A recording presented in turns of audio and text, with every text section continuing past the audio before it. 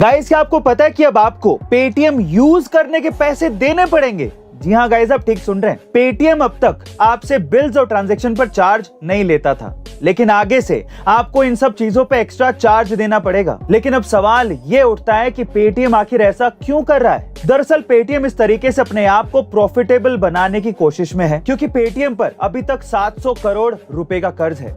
वहीं पेटीएम अब तक सिर्फ लोन देकर ही पैसा कमाता था, जैसे कि personal loan, credit card loan, merchant loan, जिससे मिलने वाला इंटरेस्ट ही उसकी कमाई थी। और इसमें भी अगर कोई कस्टमर लोन ना चुकाए तो वो घाटा अलग से। बस यही वजह है कि पेटीएम कुछ सर्विसेज पर अब आपसे चार्ज लेगा। वैसे गाइस, अब आप क्या करेंगे? बिना डरे बोलेंगे पेटीएम करो या फिर पेटीएम ऐप ही बदल देंगे? Guys, China super power America को एक बड़ा झटका देने वाला है। दरअसल चाइना ताइवान पर कब्जा करके अमेरिका की टेक इंडस्ट्री को पूरी तरह से बर्बाद कर सकता है, क्योंकि एप्पल जैसी कई बड़ी कंपनियां ताइवान से ही अपने मोबाइल डिवाइस के लिए सेमीकंडक्टर चिप बनवाती हैं। और अगर चाइना ने ताइवान पर कब्जा कर लिया तो अमेरिका की टेक इंडस्ट्रीज का बुरा हाल हो जाएगा। वैसे गाइस, चाइना की ये हड़प नीति आज की नहीं है, ये वर्षों से चली आ रही है। और इस हड़प नीति को समझने के लिए राइज ऑफ चाइना नाम की ऑडियो बुक कुकू एफएम पर जरूर सुनिएगा, क्योंकि इस ऑडियो बुक में आपको वो तमाम जानकारियां मिलेगी जिससे सीखकर आप भी बहुत कुछ हासिल कर सकते हैं। इसके साथ ही कुकू एफएम पर अब 1 मिलियन से ज्यादा पेड सब्सक्राइबर्स की फैमिली बन चुकी है।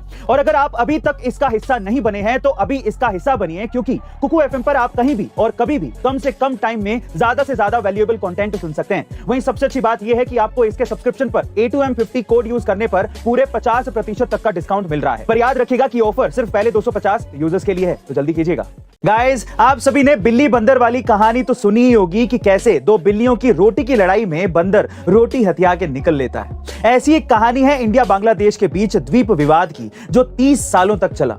1974 में इंडिया ने जब इसकी खोज की तो इसे न्यू मुरे आइलैंड का नाम दिया गया, लेकिन 1978 में बांग्लादेश ने इस पर अपना हक जमाते हुए इसे साउथ ताली पट्टी का नाम दिया। गाइस, अब बात करते हैं बंदर की।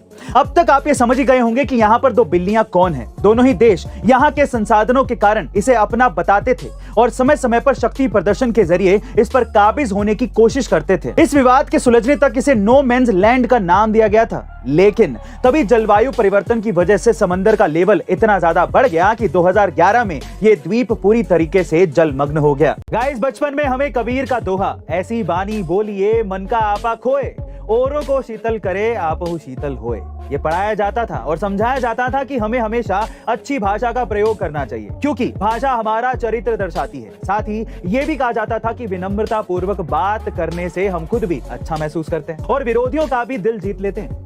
लेकिन हम सबने ये देखा है कि संसद में माननीय सांसदों द्वारा संसद की गरिमा को ताक पर रखकर आपत्तिजनक शब्दों का प्रयोग किया जाता है। इसलिए अच्छी भाषा के लिए जरूरी है अच्छे शब्दों का होना। इस कड़ी में बीते दिन भारतीय संसद द्वारा मानसून सत्र शुरू होने से पहले ही संसद की गरिमा को बनाए रखने का हवाला देते हुए हिंदी भाषा के 180 शब्द और अंग्रेजी भाषा के 150 शब्द, कुल मिलाकर 330 शब्दों को असंसदीय घोषित कर दिया गया है और उसे बैन कर दिया गया है। इस फैसले पर लोगों की मिलीजुली प्रतिक्रिया है। आपका इसके बारे में क्या ख्याल है? कमेंट सेक्शन में जरूर लिखिएगा और ऐसे अमेजिंग वीडियोस के लिए A2 मोटिवेशन चैनल को सब्सक्राइब कर लीजिए। हम 14 मिलियन तक पहुंचने वाले हैं। Thank you.